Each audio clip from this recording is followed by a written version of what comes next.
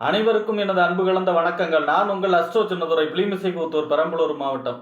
கேட்டை நட்சத்திர பலன். பொதுவாக ஜோதிட சாஸ்திரத்துல 27 நட்சத்திரங்கள் இருக்கு, 9 கிரகங்கள் இருக்கு. இந்த 9 கிரகங்களுக்கும் 3 நட்சத்திரங்களாக 27 நட்சத்திரங்கள் பிரித்து கொடுக்கப்பட்டுள்ளது. நம்ம பிறக்கும் பொழுது இந்த 9 கிரகங்களும் இந்த 27 நட்சத்திரத்துல ஏதாவது ஒரு நட்சத்திரத்துல தான் இருந்தாலும், அந்த வரிசையில சந்திரன், அதாவது உடல் காரகன், மனோகாரகன் என்று சொல்லக்கூடிய சந்திரன் எந்த நட்சத்திரத்துல இருக்கும் பொழுது நம்ம பிறக்கிறோமோ அதுதான் நம்மளுடைய ஜென்ம நட்சத்திரம். அந்த ஜென்ம நட்சத்திரத்தை வச்சுதான் ராசி கணக்கிடப்படுகிறது. ராசியை வச்சுதான் குரு பெயர்ச்சி, சனி பெயர்ச்சி, ராகு கேது பெயர்ச்சி அனைத்தும் தீர்மானிக்கப்படுகிறது. அதே போல பாத்தீங்கன்னா வாழ்க்கையில பெரிய மாற்றத்தை தரக்கூடிய தசாபுத்தி தீர்மானிக்கிறதுக்கும் நம்மளுடைய ஜென்ம நட்சத்திரம் தான் பயன்படுகிறது.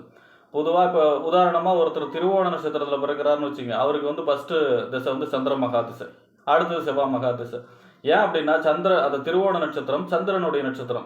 அப்போ இப்படிப்பட்ட முக்கியத்துவம் வாய்ந்த ஒருவருக்கு எவ்வளவு முக்கியம் ஜென்ம நட்சத்திரம். அந்த வரிசையில் பார்த்தீங்கன்னா கேட்டை நட்சத்திரத்தில் ஒருத்தர் பிறந்தா அவருடைய பொதுவான குணநலன்கள் என்ன, அவர் எந்தெந்த விஷயங்கள்லாம் கவனமாக இருக்க வேண்டும், எந்தெந்த விஷயங்களை துணிந்து செய்யலாம், வாழ்க்கை முழுவதும் அதிர்ஷ்டகர மனிதராக மாறுவதற்கான வழிபாடுகள் என்ன, பரிகாரங்கள்லாம் என்ன என்பதையெல்லாம் பற்றி இந்த காணொலியிலே பார்ப்போம். இது போன்ற தொடர்ந்து ஜோதிட தகவல்களை பெறவும், தமிழ் மாத ராசி பலன்களை தெரிந்து கொள்ளவும் நமது சேனல் அஸ்ட்ரோ சின்னதுரை சப்ஸ்கிரைப் செய்து கொள்ளுங்கள், லைக் பண்ணுங்க, நண்பர்களுக்கு ஷேர் பண்ணுங்க. கேட்டை நட்சத்திரம், அதாவது புதனுடைய நட்சத்திரம் கேட்ட நட்சத்திரம். விருச்சக ராசியில் இருக்கக்கூடிய நட்சத்திரம் கேட்ட நட்சத்திரம். காலச்சக்கரத்துக்கு 8வது ராசி விருச்சக ராசியில் இருக்கக்கூடிய நட்சத்திரம். அதே போல பார்த்தீங்கன்னா கேட்டையில பிறந்தா கோட்டை கட்டி வாழணும்னு சொல்லுவாங்க. ஏன் அப்படி சொல்லுவாங்க அப்படின்னா, இந்த நட்சத்திரத்துடைய தேவதை அதிதேவதை எல்லாமே இந்திரன். இந்திரன் பிறந்த நட்சத்திரம் முழுக்க முழுக்க இந்திரன் சம்பந்தப்பட்டது. தேவர்களுடைய ராஜா என்று சொல்லக்கூடிய இந்திரன் பிறந்த நட்சத்திரம், இந்திரனை அதிதேவதையாக கொண்ட நட்சத்திரம், இந்திரனை தேவதையாக கொண்ட நட்சத்திரமும் இந்த கேட்ட நட்சத்திரம் தான். ஆக கேட்டையில் பிறந்தா கண்டிப்பாக ஒரு என்ன சொல்றது, ஒரு தலைமை பதவி கண்டிப்பாக கிடைக்கக்கூடிய அமைப்பு இருக்கும். அதே போல பார்த்தீங்கன்னா இந்த கேட்ட நட்சத்திரம் அப்படிங்கிறது பெண், அதாவது ஆண் மானை சொல்லக்கூடியது இந்த கேட்ட நட்சத்திரம். அதே போல பார்த்தீங்கன்னா இந்த கேட்ட நட்சத்திரம் எந்த வடிவம், இதோடைய சிம்பிள் என்ன அப்படின்னா குண்டலம், காதில் போடுறோம்ல குண்டலம், அந்த குண்டலம் வடிவம் கொண்டது. அதே போல பார்த்தீங்கன்னா சக்கரவாளம், இதோடைய பட்சி என்ன அப்படின்னா சக்கரவாளம். அதே போல பிராய் மரத்தை சொல்லக்கூடியது கேட்ட நட்சத்திரம். இந்த கேட்ட நட்சத்திரம், அதாவது திருமண பொருத்தத்தில் பிறப்பது பெண்களாக இருந்தால் கேட்ட நட்சத்திரத்தில் பிறக்கும் பொழுது அவங்க போகிற இடத்துல அண்ணனோ அக்காவோ, அதாவது மூத்தவங்களுக்கு ஆகாது அப்படின்னு சொல்லுவாங்க. இந்த கேட்ட நட்சத்திரம் வேகமாக முடிவெடுக்கக்கூடியது, வேகமாக செயல்படக்கூடியது. அதே போல் நிறைய ரகசியத்தை உள்ளடக்கியது. ஆனால் அடுத்தவங்களோட ரகசியம் எல்லாமே தெரிஞ்சுக்கும். தன்னோட ரகசியம் வெளியே போகாமல் நிறைய ரகசியத்தை வச்சுக்கிட்டு அடுத்தவங்களுடைய ரகசியம் எல்லாத்தையும் தெரிஞ்சுக்கிறது தான் கேட்டை நட்சத்திரத்துடைய பலன். கேட்டது கிடைக்கும் கேட்டை அப்படின்னு சொல்லுவாங்க. ஏன் அப்படின்னா இந்த கேட்ட நட்சத்திரம் எப்போவுமே ஏதாவது ஒரு விஷயத்த அசை போட்டுக்கிட்டே இருக்கும், உள்ளுக்குள்ளே அப்படியே சிந்திச்சுக்கிட்டே இருக்கும். இந்த லா ஆஃப் அட்ராக்ஷன் சொல்கிறாங்க இல்லையா, எதை அதிகமாக நினைக்கிறாயோ அதுவாகவே மாறுகிறாய் அப்படின்னு சொல்கிறாங்க இல்லையா. அப்போ இவங்க எதையாவது ஒரு விஷயத்தை நினச்சிட்டு இருப்பாங்க, அது நல்லதாக இருந்தால் நன்மை, அப்போ அதுவாகவே மாறிடுவாங்க. அப்போ அதனால தான் அது கேட்டது கிடைக்கும் கேட்டை. இவங்க என்ன நினச்சி அசை போட்டுக்கிட்டு இருக்காங்களோ அந்த விஷயம் உங்களுக்கு வந்து சேரும். அப்போ நல்ல விஷயங்களை இவங்க நினச்சி அசை போட்டுக்கிட்டே இருக்கும் பொழுது, ஏன்னா இவங்க மனசு இயல்பாகவே ஏதாவது ஒரு விஷயத்தை அசை போட்டுக்கிட்டு இருக்கிறது. அப்போ நல்ல விஷயத்தை நினச்சி அசை போட்டோம்னா கண்டிப்பாக இவங்களுக்கு அது கேட்டது கிடைக்கும் கேட்டைங்கிற மாதிரி இவங்களுக்கு அந்த விஷயம் விரைவில் வந்து சேரும். என்ன கேட்குறாங்களோ அது வந்து விரைவில் வந்து சேரக்கூடிய அமைப்பாக இருக்கும்.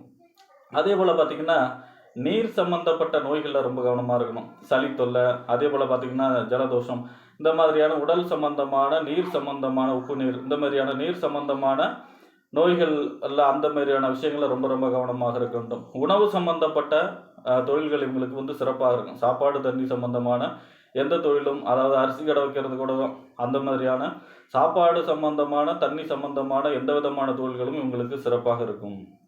அதேமாதிரி மக்கள் தொடர்பு, ஜோதிடம் ஓகே, மக்கள் தொடர்பு கொள்ளக்கூடிய எந்த தொழிலாக இருந்தாலும், மக்களை திறந்திடம் தொடர்பு கொள்ளக்கூடிய தொழிலாக இருந்தாலும் இவங்களுக்கு சிறப்பாக இருக்கும். கவுன்சிலிங் கொடுக்கறது. அதே போல் பார்த்திங்கன்னா இவங்களுக்கு மனசு சம்பந்தமாக சஞ்சலம் நிறையா இருக்கும். அடிக்கடி மனக்குழப்பம், மனசஞ்சலம், தூக்கமின்மை, இந்த மாதிரியான நிறைய கனவுகள் வர்றது, இந்த மாதிரியான விஷயங்கள்லாம் நிறைய சந்திக்கக்கூடியவர்களாகவும் இந்த கேட்ட நட்சத்திரக்காரங்க இருப்பாங்க.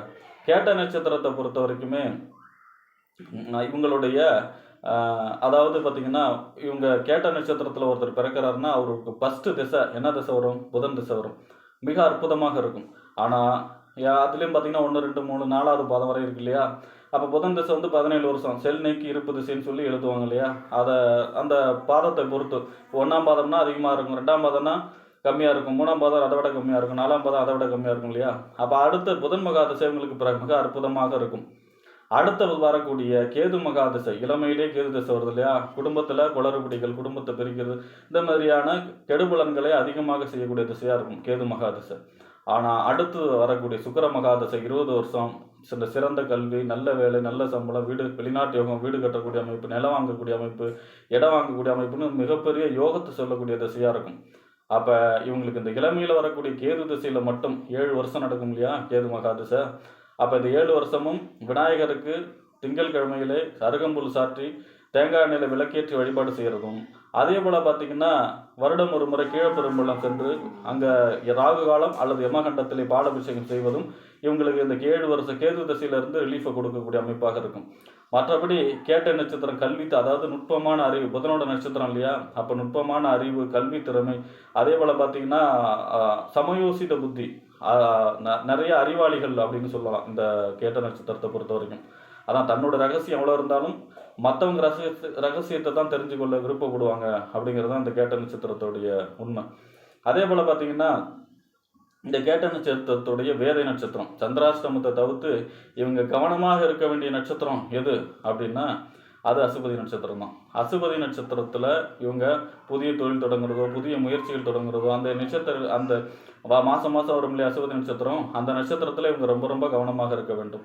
அதே போல் பார்த்திங்கன்னா தனதார என்று சொல்லக்கூடிய அதுவே கேது நட்சத்திரம் தான். ஆனால் அசுவதியை ஒதுக்கி மகம் மூலம் நட்சத்திரம் வர இன்னைக்கு இவங்க செய்யக்கூடிய காரியங்கள், புது முயற்சிகள், புதிய தொழில் தொடங்குறது, வண்டி வாகனம் வாங்குறது, இந்த மாதிரியான எந்த வேலைகள் செஞ்சாலும் அது வெற்றிகரமாக அமையும். அதே போல் பார்த்திங்கன்னா இந்த கேட்ட நட்சத்திரத்தை பொறுத்த வரைக்குமே இவங்க வழிபடக்கூடிய பெண் தெய்வ வழிபாடாக இருந்தால் சிறப்பு.